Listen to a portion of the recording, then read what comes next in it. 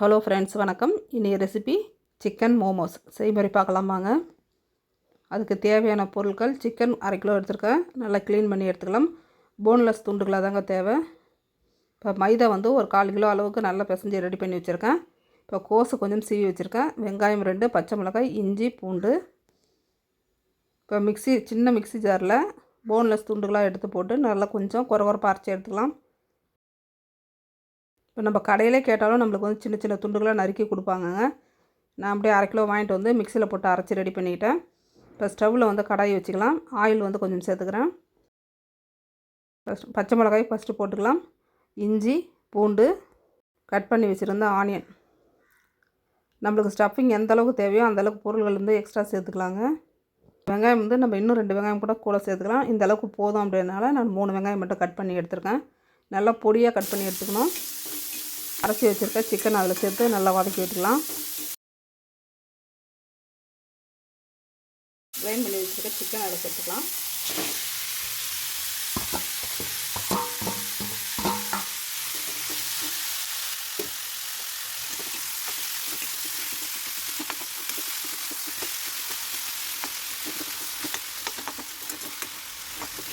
இப்போ நல்லாவே வதங்கட்டோங்க. சிக்கன் வந்து வேகணும் நம்மளுக்கு நல்லா.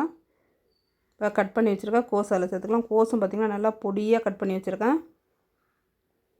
இப்போ கொத்தமல்லி தழை கொஞ்சம் தூவியாச்சு. நம்ம வெங்காயத்தாள் இருந்தாலும் நம்ம இதையும் கட் பண்ணி போட்டுக்கலாங்க. கேரட் போட்டாலும் ரொம்பவே நல்லாயிருக்கும். வெங்காயத்தாள் கேரட் என்கிட்ட இல்லை அப்படின்னால கோஸ் மட்டும் கட் பண்ணி போட்டிருக்கேன். கொஞ்சமாக கரம் மசாலா சேர்த்துருக்கேன்.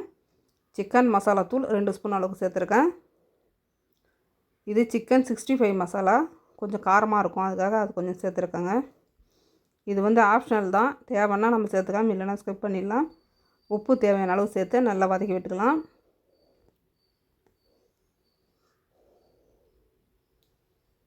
நம்ம உள்ளே வைக்கக்கூடிய இந்த சிக்கன் வந்து பார்த்திங்கன்னா நல்லா வேகணுங்க. ஆனால் தண்ணி சேர்க்கக்கூடாது. அந்த ஆயிலே நல்லா வதங்கி ஒரு 15லேருந்து 20 நிமிஷம் வரைக்கும் நல்லா வதங்கட்டும். அதுக்கப்புறம் நம்ம எடுத்து ஆற வச்சுக்கலாம்.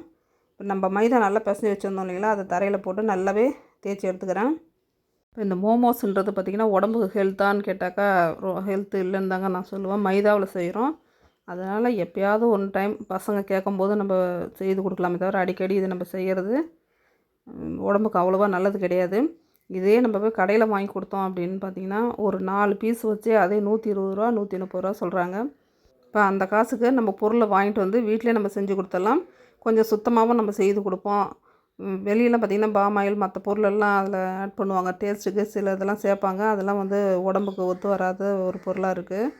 அதனால் நம்ம வீட்டிலையே ஒரு நாளைக்கு செஞ்சு பசங்களுக்கு அவங்க ஆசைக்கு செஞ்சு கொடுத்துடலாம். ஒன்றுமே தப்பு இல்லை. செய்கிறதும் ரொம்பவே ஈஸி தாங்க இது. இப்போ நம்மளுக்கு மாவு வந்து ரெடி ஆகிடுச்சு. இது உள்ள ஸ்டஃபிங் வச்சு நம்ம மடிக்கிறதுல தாங்க இருக்குது. 1, 2 செய்யும் போது நம்மளுக்கு வராது. ஒரு 4, 5 செஞ்சிட்டே இருந்தோம் அப்படின்னா நம்மளுக்கு அந்த மடிக்கிறது கரெக்டாக வந்துடுது. மோமோஸ்க்கு உள்ளே வைக்கக்கூடிய இந்த சிக்கன் இது வந்து பார்த்திங்கன்னா டேஸ்ட்டு ரொம்பவே நல்லா இருந்துச்சுங்க. இப்போ புடவை நம்ம மடிப்போம் இல்லைங்களா, அந்த மாதிரி அழகாக ஒன்று மேலே ஒன்று வச்சு அப்படியே மடிச்சுட்டு கீழே இருக்கக்கூடிய அந்த மாவை அப்படியே எடுத்து மேலே ஒட்டிட வேண்டியது தான்.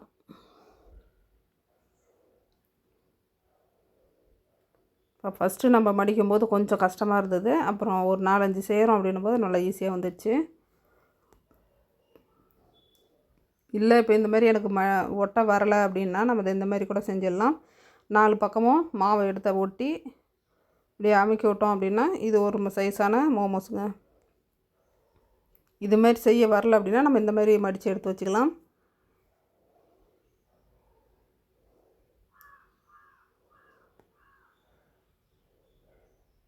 இப்போ இதுவுமே நம்மளுக்கு செய்கிறதுக்கு நல்லா ஈஸியாக தான் இருந்தது.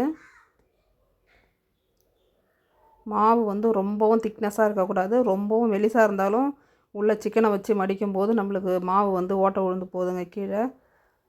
நான் ஒரு 2, 3 இது செஞ்சுட்டு அதுக்கப்புறம் தான் கரெக்டான அளவில் திரட்டி ரெடி பண்ணேன்.